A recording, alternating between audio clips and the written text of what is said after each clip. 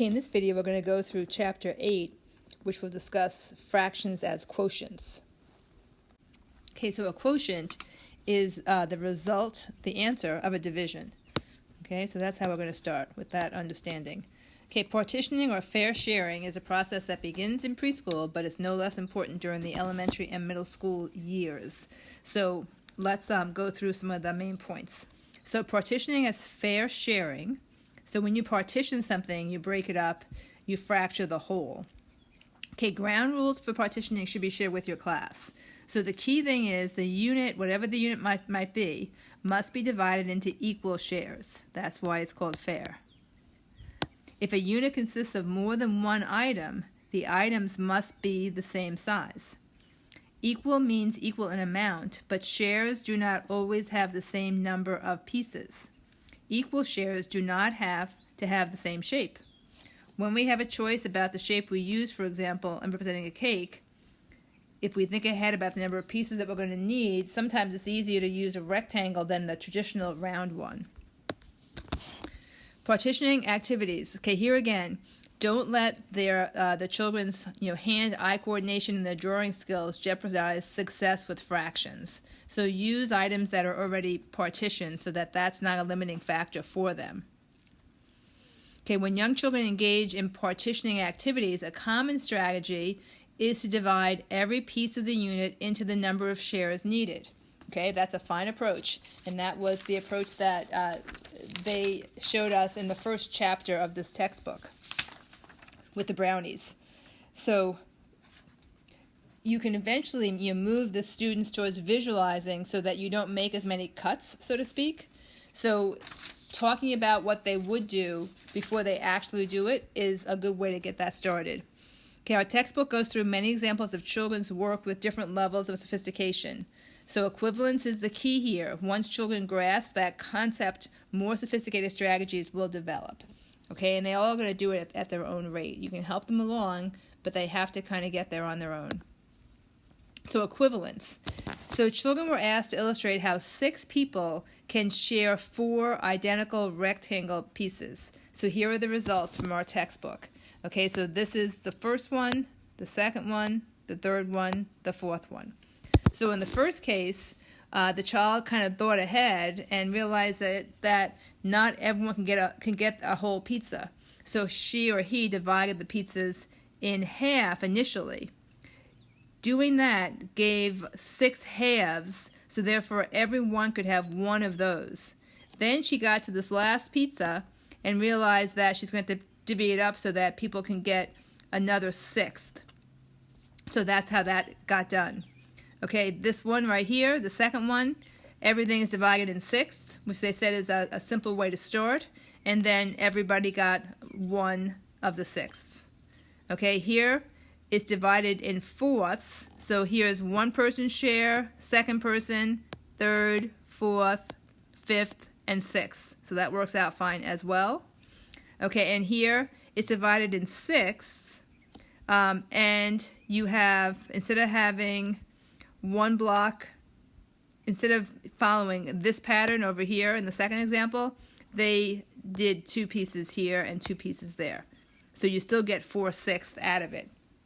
Okay, in the next slide, they actually put fractions there to represent what they've done. So let's look at that now. So what you have here is 1/2 plus 1/6. That will divvy the pizza up fairly. And then 1/6 plus 1/6 plus 1/6, so all units. This is 4/6. Okay, this all sums up to the exact same thing. Okay, so it's going to equal 4/6, and that's a very nice way to demonstrate equivalent fractions. So the question is, should we reduce or should we not reduce? Should we call this 2/3? And so the textbook, and I agree with the textbook, says, don't reduce now. Don't stress that piece of it because you don't want to lose your partitions. So keep them going like they're going right now. There'll be a time for reduction, and it may not be right now. Okay, so then here's another problem, understanding fractions as quotients. The goal is for students to answer the following 2 questions. So how much is 1 share? So you have 3 pizzas, and then you have 5 people. So 3/5. Okay, so that's what your 1 share. This is your quotient. So what part of the whole is 1 share? So what part of the whole is 1 share? So there's 5 people, so everyone's going to get 1/5 of the total shares. Okay, so there's a difference between those two questions. Sharing different pizza. Okay, 4 people share 3 pepperoni pizzas and 1 veggie. Divide the pizzas as 2 separate problems. So what you're going to do is you're going to say, okay, if I do that, I have 3 pepperonis and 4 pieces, and I have 1 veggie and 4 people. So 3/4 of the pepperoni pizzas, and then 1/4 of the veggie is what each person gets. So handle those kind of problems as 2 separate problems. Okay, here's another type of problem. What if you do not know how many pizzas were ordered? So 12 people shared pizza. Okay, if one person's plate had 1/6 cheese pizza and 1/6 pepperoni pizza and 1/12 veggie, how many pizzas of each type were ordered? So this is what I would suggest you do. Okay, 1/6 equals 2/12, right? So we have 2/12 of cheese on one person's plate. We have 2/12 of pepperoni, and we have 1/12 of veggie. So how do we get to our answer? So what you're going to do is you're going to view the number of people as 12, and there's going to be 2 cheese pizzas. There's going to be 2 pepperoni and 1 veggie. So therefore we have 5 pizzas. Okay, so and this is the work that I did to get to that point. Okay, let's go on to another problem. Okay, here's another type of problem. What if you wanted to divide the pizza among different tables of seated people? So 24 people went to a restaurant and ordered 18 cheese pizzas. So you have 24 people. Well, let me not do it that way. Hang on one sec. Go back. Go forward. Go back. Okay, sorry. Okay, so I have 18 pies and I have 24 people. Okay, so this is what I have. So the first thing I would do is I would reduce this to its simplest terms. So you have 3/4.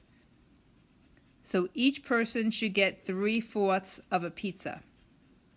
Okay, so can you make those into units? And the answer is yes, you can.